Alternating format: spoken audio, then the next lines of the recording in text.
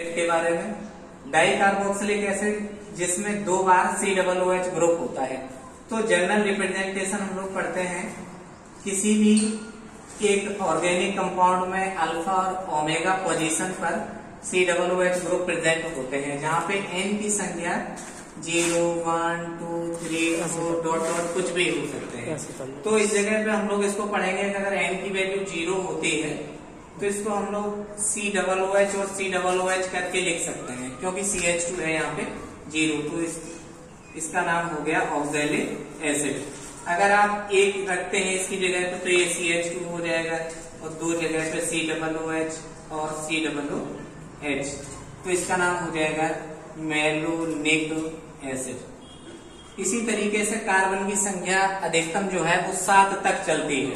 तो अब हम लोग आज पढ़ेंगे इसके हीटिंग इफेक्ट के बारे में, कि ये जो कंपाउंड्स हैं डाई कार्बोक्सिलिक एसिड, इनका हीट पे क्या इफेक्ट होता है। चलिए, हीटिंग इफेक्ट। अब इस डाई कार्बोक्सिलिक एसिड में जिसमें CH2 COOH के साथ जुड़े हुए हैं, जिसमें N की वैल्यू या तो 0 होगी, यानी हम कह सकते हैं 0 कार्बन और 1 कार्बन कंटेनिंग के टाइप के हो, तो क्या अगर इसकी जगह पे 0 लिखते हैं तो अपने पास पहला है ऑक्सैलिक एसिड। अगर आप इसको हीट करते हैं 150 डिग्री सेल्सियस पर, तो यहाँ से कार्बन डाइऑक्साइड रिलीज हो जाएगी और HCOOH बनाएगा, HCOOH प्लस CO। अच्छा, अगर एक आती है कार्बन की संख्या तो इसको बनाएंगे हम लोग मैलोनिक एसिड, COOH। इसको 150 डिग्री सेल्सियस पर गर्म करा दिया तो इससे भी CO2 हट जाएगी और ये H इस जगह पे जुड़ जाएगा तो बनेगा CH3COOH। अब इसकी हम आपको ट्रिक भी बताएंगे कि कार्बन की संख्या के हिसाब से आप इसको कैसे चेंज कर सकते हैं। अब इसकी जगह पे हम आगे बढ़ाते हैं कि आपका 0 और 1 की जगह कार्बन की संख्या अगर 2 और 3 होती है तो उसके लिए क्या होगा जनरेशन। जैसे आपने अभी देखा कि 0 और 1 जब थी तो कार्बन डाइऑक्साइड निकल रहा था। अगर यहाँ पे संख्या 2 और 3 लेते हैं, 2 और 3 कार्बन, तब देखिए 2 कार्बन अगर होते हैं तो CH2 COOH। इस एसिड से सभी लोग भली भांति परिचित होंगे, इसका नाम है सक्सीनिक एसिड। इसके लिए थोड़े से अधिक टेम्परेचर की आवश्यकता होती है। यहाँ पे टेम्परेचर आप रखेंगे 300 डिग्री सेल्सियस। तो यहाँ पे याद रखना है कि जब कार्बन की संख्या 2 और 3 होती है तो इसमें जल का जो अणु है वो निष्कासित होता है और एनहाइड्राइड यहाँ से बनता है।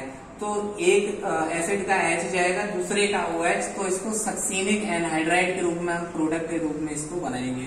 C डबल बॉन्ड O, दोनों को ऑक्सीजन से जोड़ेंगे, डबल बॉन्ड O, ये बन गया सक्सीनिक का एनहाइड्राइड। चलिए अब 3 कार्बन की बात करते हैं, जिसमें CH2 की जगह अगर आप 3 कार्बन लेते हैं तो CH2 और CH2 COOH, इसका नाम होता है ग्लूटामिक एसिड। इसको आपने 300 डिग्री सेल्सियस पर गर्म करा दिया तो यहाँ भी यही होगा कि एक हाइड्रोजन जो है और ऑक्सीजन के साथ H2O बना के जब यहाँ से हटेगा तो ग्लूटामिक का एनहाइड्राइड बनेगा, CH2CO के साथ एक ऑक्सीजन, CH2CO दोनों के साथ एक ऑक्सीजन, ग्लूटामिक का यहाँ पे एनहाइड्राइड बन जाएगा। तो हम लोगों ने जाना कि जब कार्बन की संख्या 0 और 1 थी, 0 और 1 थी तो निष्कासित होने वाला अणु था कार्बन, और अब 2 या 3 लेते हैं तो H2O का निष्कासन होगा। अब चलिए तीसरे टाइप के पढ़ते हैं, जिसमें कार्बन की संख्या 4 और 5 होती है, तो उन एसिड्स के नाम लिए जाते हैं। जब कार्बन की संख्या अगर आप 4 करते हैं इनके बीच में तो क्या बनने वाला है कंपाउंड, देखिए ये CH2 single bond CH2 single bond CH2, इसका नाम है एडिपिक एसिड, एडिपिक एसिड। तो यहाँ जब आप कार्बन की संख्या 4 और 5 करते हैं तो CO2 और H2O दोनों ही अणुओं का निष्कासन होता है।